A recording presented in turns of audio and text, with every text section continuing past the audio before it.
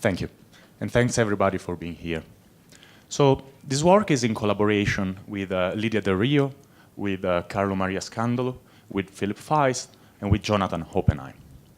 And in particular, both Lydia and Philip are here at this conference, so if you have some question, you can ask me or them.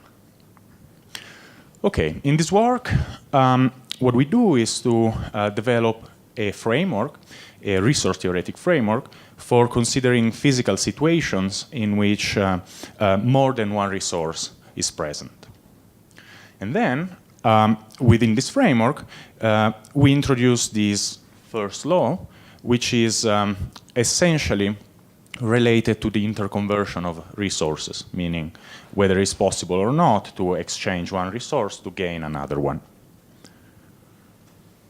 Before I start telling you about the results, I'll give you some motivation for this work. Okay, first of all, some of you might know resource theories, and you probably know that they are a very versatile tool that help us to describe many different physical situations. Nevertheless, in general, in resource theory, you often consider a single resource. For example, in the resource theory of non-locality, you are mainly focused on entanglement. But we know that in physics, there are many different tasks in which really you need to have multiple resources in order to succeed. I have here two examples. One is quantum computation, where, for instance, you can think of having, at the beginning, all your qubits pure, and during the computation, you want the gates to introduce some kind of coherence over the computational basis. So in a way, you can think of both purity and coherence as the resources that you need. Likewise, in thermodynamics, you have that quantity like energy, entropy, number of particles, and so on. They all can be seen as different resources. And so the idea was to come out with a framework that can describe this situation. Furthermore, we have that in resource theories, it is possible to define some laws which are pretty similar to the laws of thermodynamics. I think probably the most famous one is the fact that in resource theory you have a second law. So in thermodynamics, this would be that entropy of an isolated system never decrease as time goes on. This maps to resource theory in the sense that there exists some functions which are known as monotone that never decrease as you apply your allowed operation. So for us, the question is, given a framework for multi-resource theory, can we define a first law? And as a first law here, I mean a single relation that links the change in the property of your system during a transformation to the amount of resources that you are exchanging. Okay, so during this talk I will do as follows. First of all, I introduce briefly the notion of resource theory as it's known, just to set the notation. And I'll talk a bit about the second laws. Then I'll move to the framework for multi-resource theory, and there we'll look a bit how to quantify resources. We then move to interconversion of resources, and we'll see the link to a first law. And if we have time, we'll go through the example of thermodynamics with many conserved charges. Okay, so let's start with single resource theory. A resource theory, a good definition, I think, is to say that they are a set of tools coming from information theory that allow you to describe the perspective of an agent who wants to act over a quantum system, having at disposal a constrained set of operations. And so mathematically, we have that the agent will act on the quantum system, which is described by a Hilbert space. And her goal is often to perform transformation from one state to the other. So something crucial is to define what the state space of your theory is, which is a set of density operator over this Hilbert space. As I said, the agent will have access to a subset of all quantum channels, which are the set of allowed operations. And they depend on the specific physical task you want to implement. I'll give an example in the next slide. And within the state space, there is a subset of states, which is quite important and is known as the set of free states. Those are states that you can always prepare using allowed operation, no matter what the initial state of your system is. So they are easy to be prepared. And also, something we should notice is that once you prepare a system in a free state, if you just have access to allowed operation, you won't be able to get out from this set. So you won't be able to create resources. And so free states are invariant under the set of allowed operations. Okay, an example is thermodynamics as a single resource theory, which is also known as the resource theory of athermality, for instance. The setting is the following. The agent wants to act over a system, and the agent also has the possibility to couple the system to a thermal reservoir at a specific temperature T. The thermal reservoir can be described by a thermal state, which is of this form, is a Gibbs state at the temperature of the reservoir for a given Hamiltonian. And now I'll give you what the free state is and what the allowed operation are.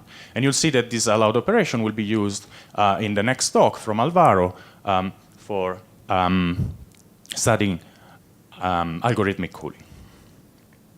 So first of all, what the free state is, well, it is easy for the agent to take the system coupled to the bath and wait some time, as much as you want, until this system is thermalized. So we are assuming that it's free and it's easy to realize thermal states. Those are our free states. The allowed operation, what are those?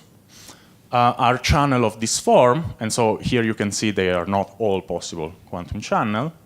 And the idea is that you can couple your system to the thermal reservoir, consider this as a closed system, and act with unitary operation that we ask to preserve the energy of this isolated system, so that we don't lose track of any energy contribution during our operation.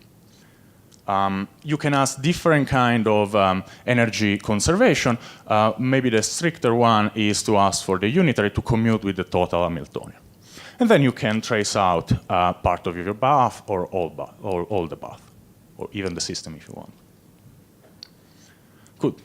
This one, the example, and I'll just briefly talk about second laws for resource theory in general. This is the idea that in any resource theory, we have a set of functions, monotones, which go from the state space to the real numbers, such that if I apply an allowed operation over my system, the value of these monotones never increase. For each resource theory, there are multiple monotones that you can define, but there are also, let's say, strategies to build monotones in the same way for every resource theory. For instance, say that your resource theory has a free set F, then a way to build a monotone would be to take the relative entropy, which is defined here, and build this monotone E of F of rho. And this is nothing more than the relative entropy between rho and a state sigma, which belongs to the free state, where I'm optimizing over this free state. This can be shown to be a monotone under the allowed operation, which has as free set the set F. For thermodynamics, what is this? Well, is given by this equation here, and in fact, you find that this is proportional to the free energy of your system. Okay. Whoops. Yeah. Okay, now I'll move to the multi-resource theory framework. The idea is the following. You have a task, and in this task you can identify different conservation law and different constraints. And what you're going to do is to build a single resource theory for each of these constraint or conservation law. Each of these theory will come with a set of allowed operation AI, and a set of free state, Fi. How do you build the multi-resource theory? Well, you define the class of allowed operation as the intersection between the class of operation of all these single resource theories. Something you can easily check is that all the monotones of all these single resource theory are monotones for the multi-resource theory. And furthermore, the free states of the different single resource theory are now invariant state under the multi operation, but they might be not free anymore. And in fact, I'll now give an example, again concerning thermodynamics, where we see that they are not free. And so again, what's the physical setting? Suppose that the agent is acting on a closed system, and she has partial control over the operation she's going to apply. So we say that she has noisy control. Furthermore, we assume that the system is coupled to some kind of energy sink. So whenever she acts over this system, energy can leak out, but cannot come inside the system. So there are two constraints here, and we can link the first one, the noisy control, to a resource theory of entropy or information, if you want, where the allowed operation are mixture of unitaries, and you can check that the free state is the maximum mixed state. For energy, for the second constraint, you can build a resource theory of energy, if you want, where the allowed operation are energy non-increasing maps, and the fixed point or the free state for this resource theory is the ground state of the Hamiltonian, where I'm assuming that the Hamiltonian is non-degenerate. How you build the multi-resource theory for this thing, you take the intersection between the two. And when you take the intersection, you see that the ground state and the maximal mixed state, yes, they are still invariant, but they are not anymore free because, for instance, the ground state is a pure state and therefore is resourceful for the information part of the theory, and the maximum mixed state has more energy than the ground state. Okay, now I'll move to essentially quantifying resources in this framework, and therefore I will introduce a property which is not this one, but is this one. Yeah, this asymptotic equivalence property.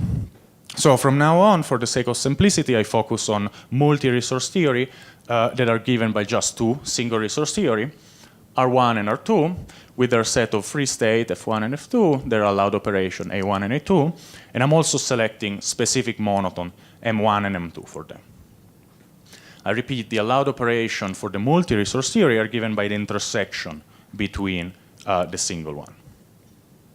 So I say that my multi-resource theory satisfies asymptotic equivalence if given two states, rho and sigma, such that this condition is satisfied, which is for both rho and sigma, the regularization of the first monotone is the same, and likewise the regularization of the second monotone is the same.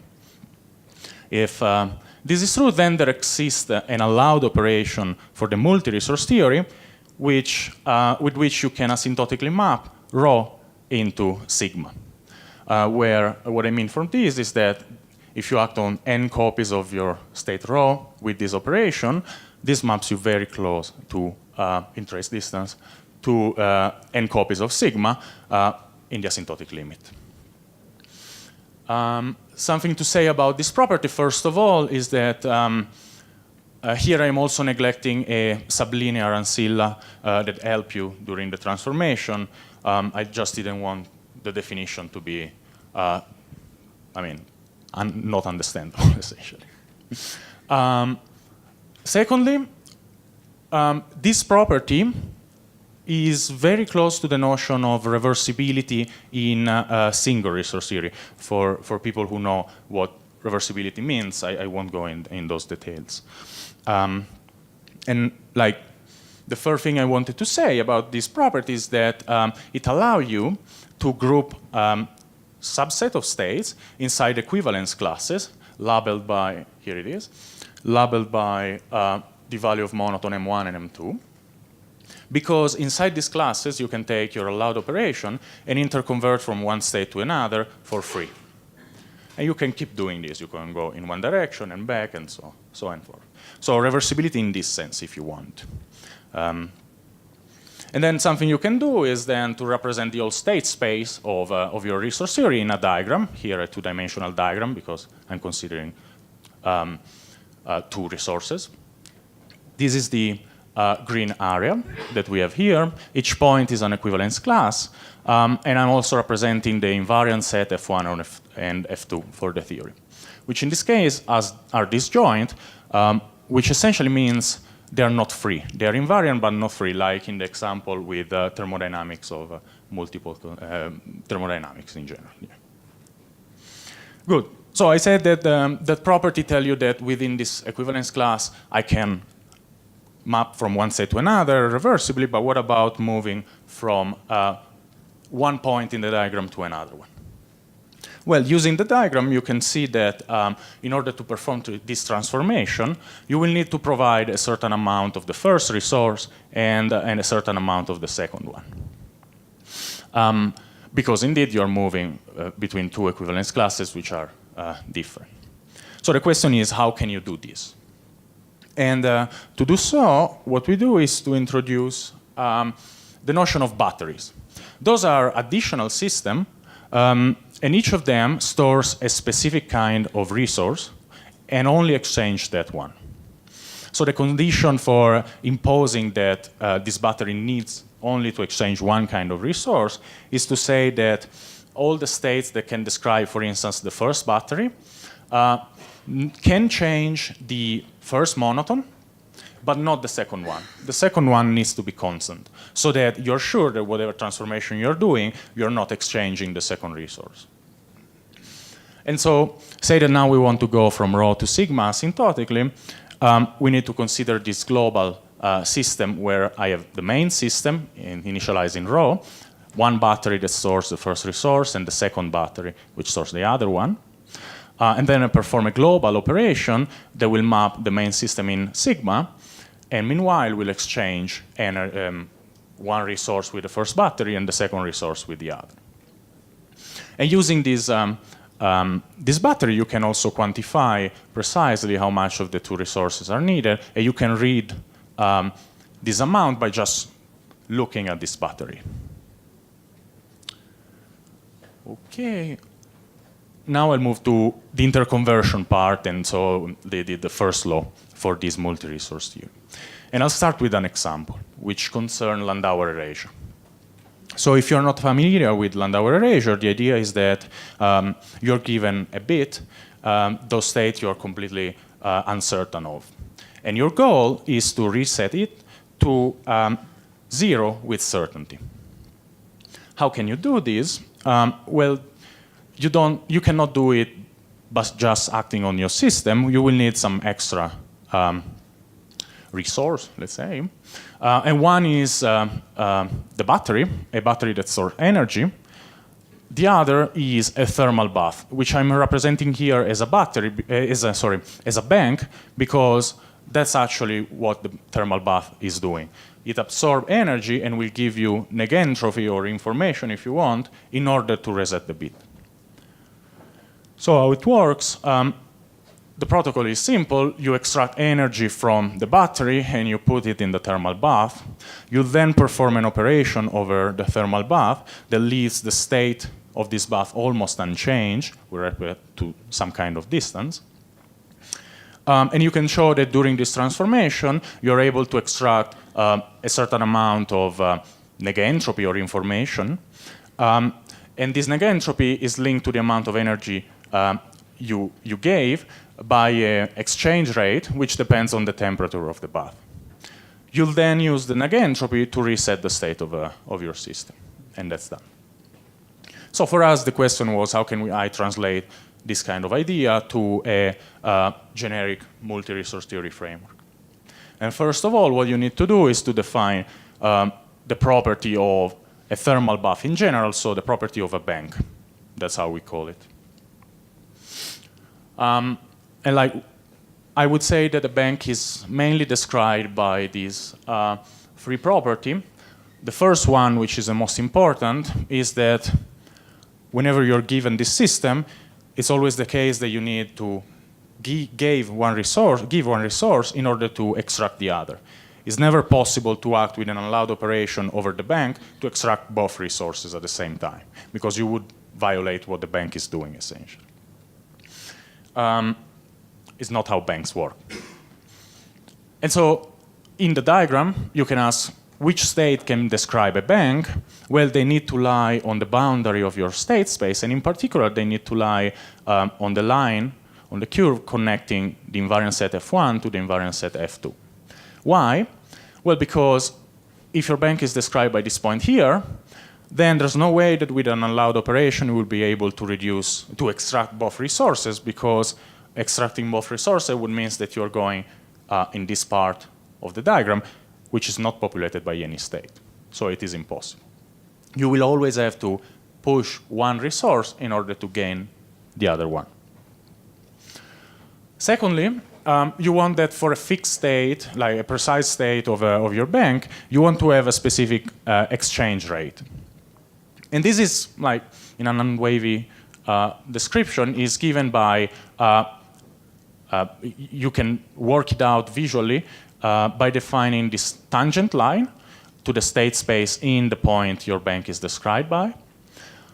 This tangent, like the slope of the line, is your exchange rate. And this line is parameterized by a linear combination of the first monotone and the second monotone.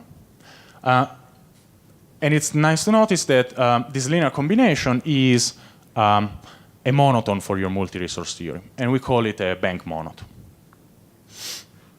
Finally, a last request we have for the bank is that whenever you act over the bank, you want the state at the end of this exchange to be close to what it was at the beginning. So in a way, the bank is working as a catalyst so that you can keep performing this exchange of resources without degrading the bank.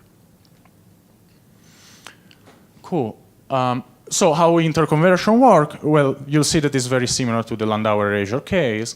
The idea is that now I have two batteries and a bank system. And my goal is to extract some resource 1 from the first battery and put it in the second one, or vice versa.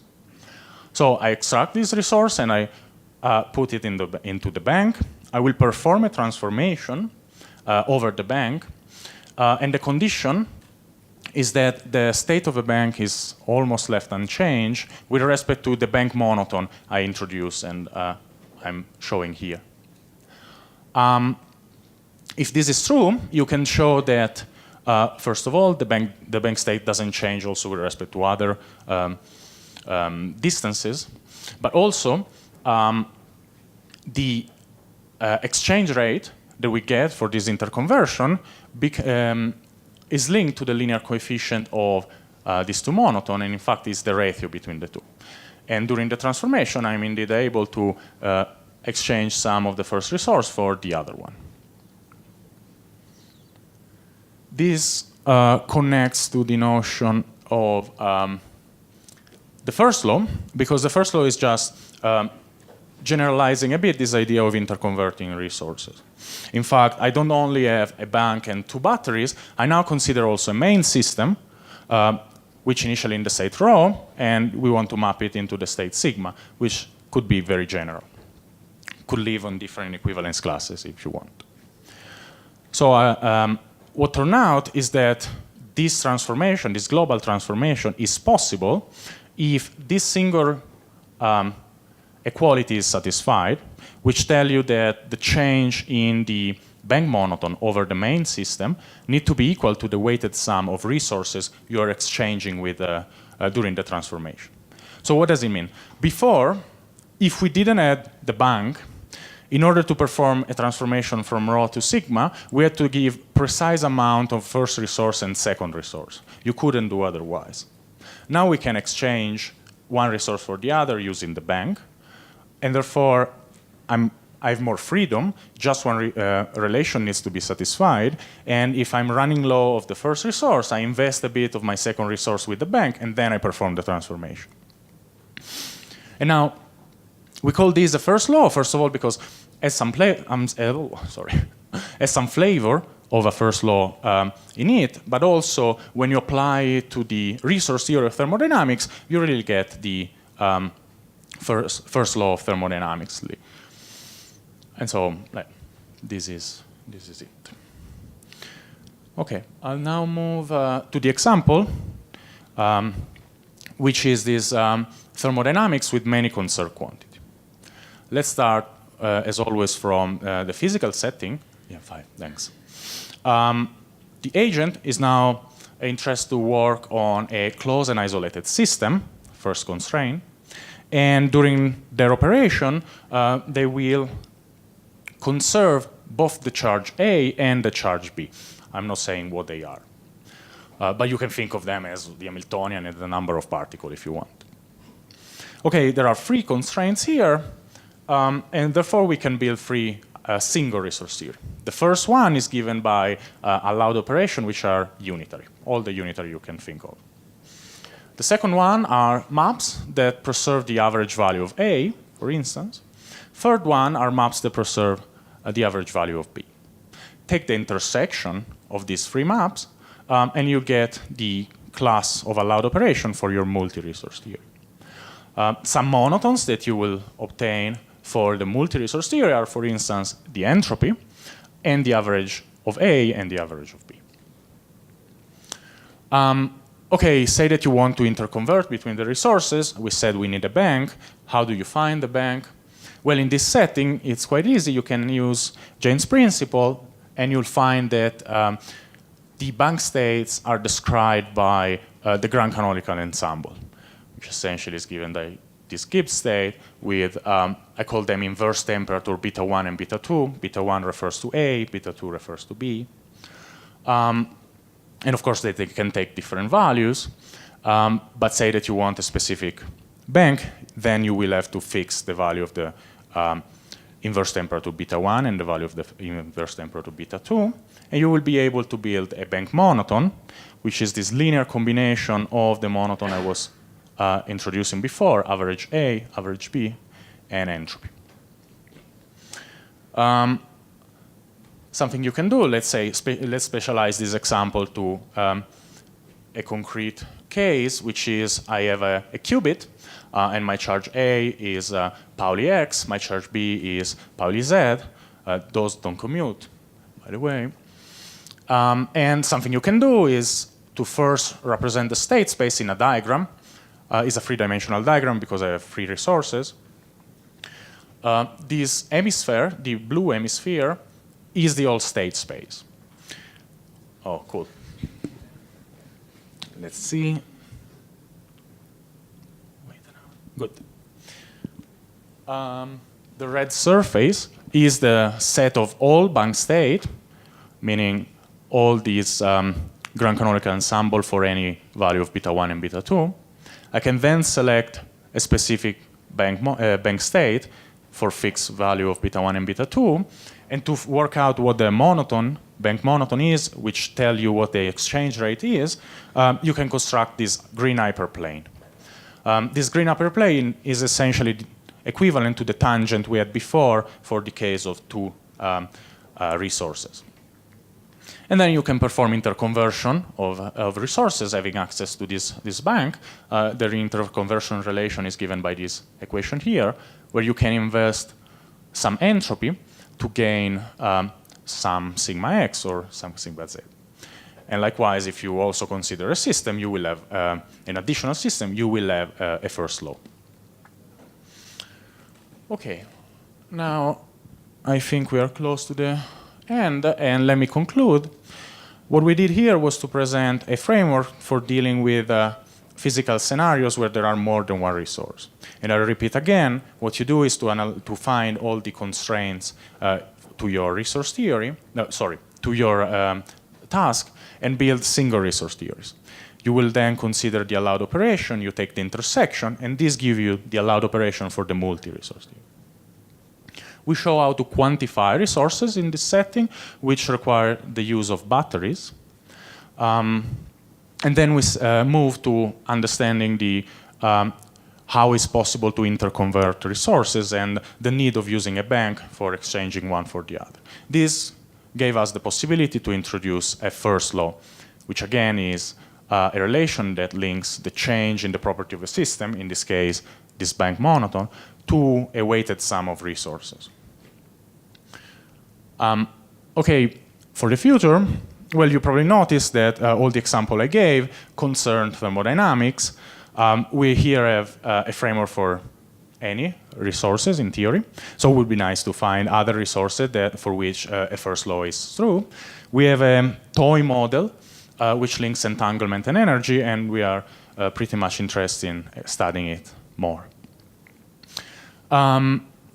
Then, well, I introduced this property, this asymptotic equivalence property, and I can tell you that it is difficult for a given resource theory to prove whether it satisfies this property or not. So it would be nice to find general conditions that tell you, yes, it's satisfied or not. Pretty much like in single resource theory, we know in some setting these conditions are known.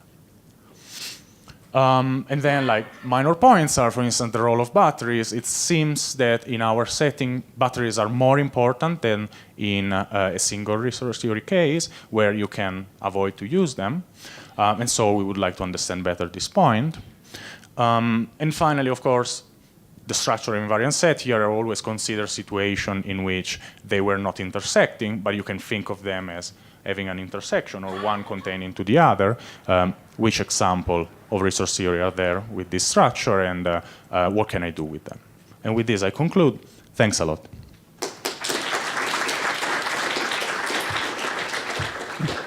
Thank you, Carlo, for the great talk. Are there any questions for Carlo? There? Microphone is coming.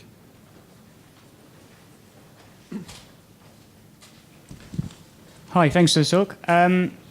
So you've done it for the asymptotic case, where you expect to have just this unique monotone. If you don't do it in the asymptotic case and you're dealing with a complete set of monotones, are you going to get sort of a set of first laws as opposed to a single first law?